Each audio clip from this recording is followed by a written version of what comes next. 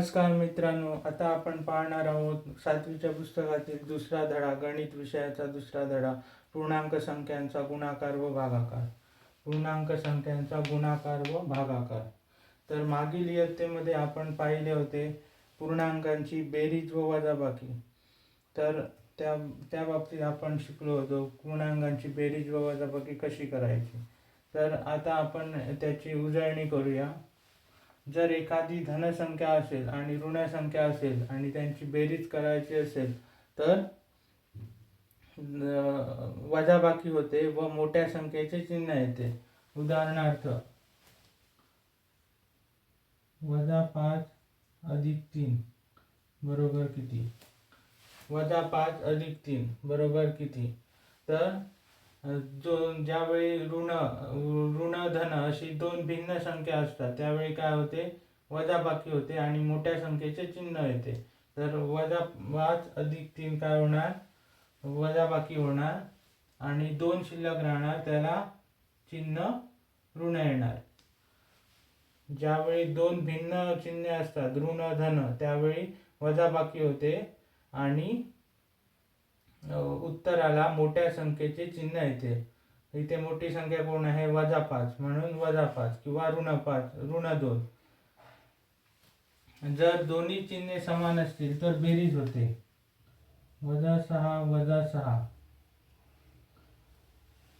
जर दोन्ही चिन्हे समान असतील तर बेरीज होते आणि मोठ्या संख्येचे चिन्ह म्हणजे दोन्ही संख्या सेमच असतील तर दोन्ही संख्या बघा इथे आता इथे 2 घेऊया, -2 -6 -2 याच्यामध्ये काय होणार, बेरीज होणार आणि मोठ्या संख्येचे चिन्ह -6 -2 -8 ऋण8 मोठ्या संख्येचे चिन्ह. आणि जर दोन्ही संख्या धन असतील म्हणजे 4 + 4 तर सरळ बेरीजच होते, याच्यामध्ये काही संदेह नाही. 4 + 4 बरोबर 8. दोन्ही चिन्ह धन आहेत, त्यामुळे उत्तर पण धन येईल. 4 + 4 बरोबर 8. आता आपल्याला बघायचं आहे पूर्णांक संख्यांचा गुणाकार.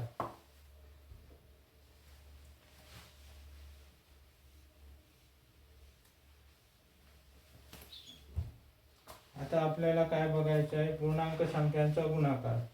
पूर्णांक संख्यांच्या गुणाकारामध्ये नियम पहिला, जर -4 × +2 असेल म्हणजे दोनापैकी एक संख्येचे चिन्ह वेगळे असेल, म्हणजे ऋण आणि धन संख्येचा गुणाकार असेल, इथे आता ऋण आणि धन असणार तर कायम उत्तर ऋण येते, ऋण येणार. जर ऋण आणि धन यांचा गुणाकार असेल तर उत्तर ऋण येणार. 4 × 8 ऋण 8, 4 × 8 ऋण 8. जर दोन्ही संख्या धन असतील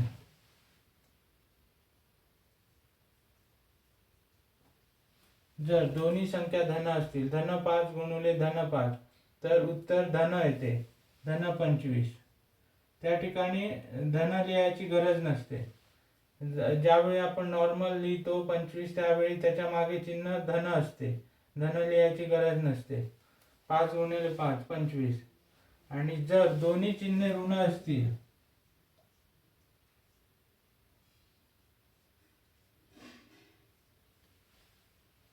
-3 × -6 जर दोन्ही चिन्हे ऋण असतील तर उत्तर धन येते. दोन्ही चिन्हे ऋण असतील तर उत्तर धन येते. याचे उत्तर 6 × 3 = 18 धन 18. एक चिन्ह ऋण असेल तर उत्तर ऋण येते, दोन्ही चिन्हे धन असतील तर उत्तर धन येते, दोन्ही चिन्हे ऋण असतील तर उत्तर धन येते. हे गुणाकाराचे नियम आहेत. तिन्ही नियम लक्षात ठेवा म्हणजे तुम्हाला मागे त्यांनी सराव संच दिलेला आहे तो सोडवणे सोपे जाईल.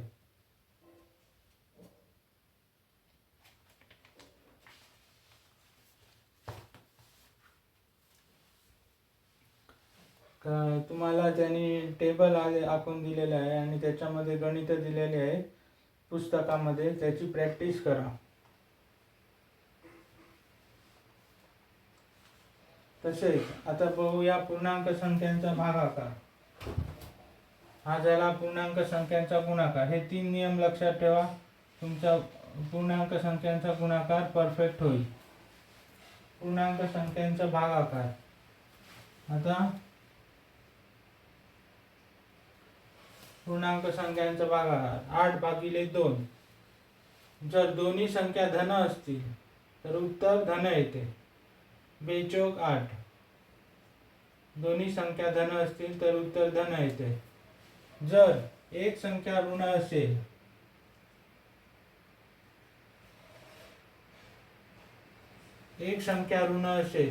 तर उत्तर ऋण येते. 3×6 ऋण 2. 3×6 उत्तर ऋण 2. जर एक संख्या ऋण असेल तर उत्तर ऋण येते.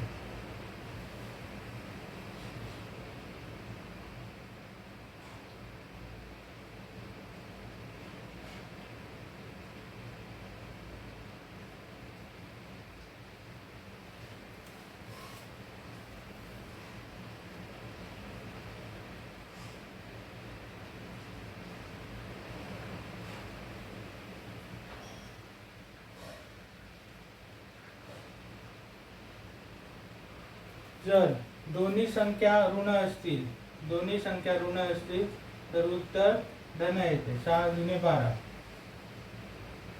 हे 3 नियम लक्षात ठेवा, म्हणजे तुमचा भागाकारही परफेक्ट होईल. 2×8 धन धन उत्तर धन. 1 ऋण 1 धन उत्तर ऋण. 1 ऋण दोन्ही ऋण उत्तर धन. तर हे 3 नियम लक्षात ठेवा, भागाकारही परफेक्ट होईल. पुस्तकामध्ये दिलेल्या तक्त्यामधील गणित सोडवा.